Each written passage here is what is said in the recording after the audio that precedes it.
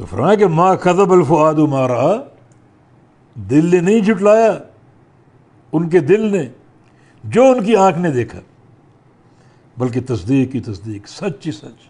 رب تعالیٰ نے جو فرما دیا وہ سچ ہے، ہمارے پیارے رسول نے جو پہنچا دیا وہ سچ ہے۔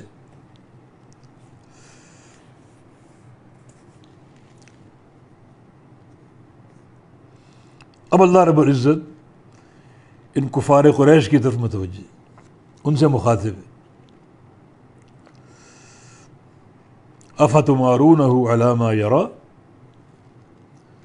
کیا تم جھگڑتے ہو اس سے، یعنی محمد مصطفیٰ علیہ السلام سے، علی ما یری، اس چیز پر جو وہ دیکھتا ہے۔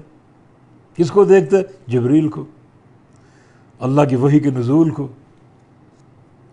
اور اپنے کانوں سے ان کی آواز کو سنتا ہے،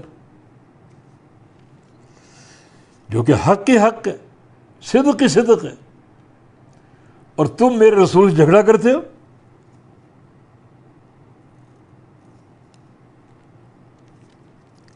مختلف باتیں بناتے ہو۔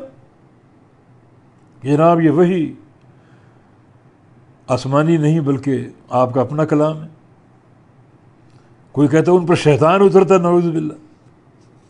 کوئی کہتا ہے فلاں عجمی، وہ آپ کو سکھاتا ہے۔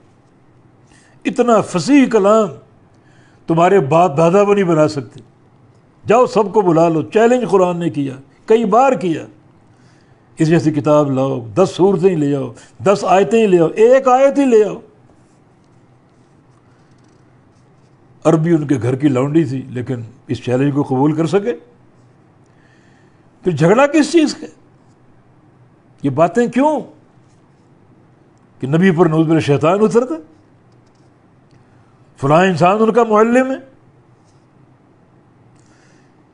یہ پرانے دور کی قصے کہانی ہے، یہ جھگڑا تمہارا۔ افتمارونہ علی ما یری، بجائے اس کے کہ تم ان پر ایمان لے آؤ، اس وحی کی عظمت کو سمجھو، جبریل کی آمد کو سمجھو، اس خبر کا یقین کر لو اور ایمان لے آؤ، مگر تم ایمان نہیں لاتے بلکہ جھگڑا کرتے۔